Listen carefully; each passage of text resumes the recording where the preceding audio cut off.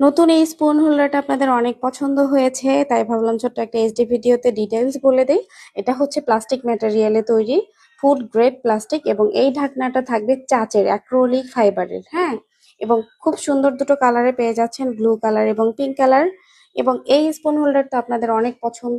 এটাও থাকবে food grade plastic material, এবং প্লাস্টিকের কোয়ালিটি অনেক ভালো, হাই কোয়ালিটি প্লাস্টিক এগুলো। এবং খুব সুন্দর হুক দেয়া থাকবে, যেগুলো টাইলসের সাথে খুব ভালোভাবে লেগে যায়।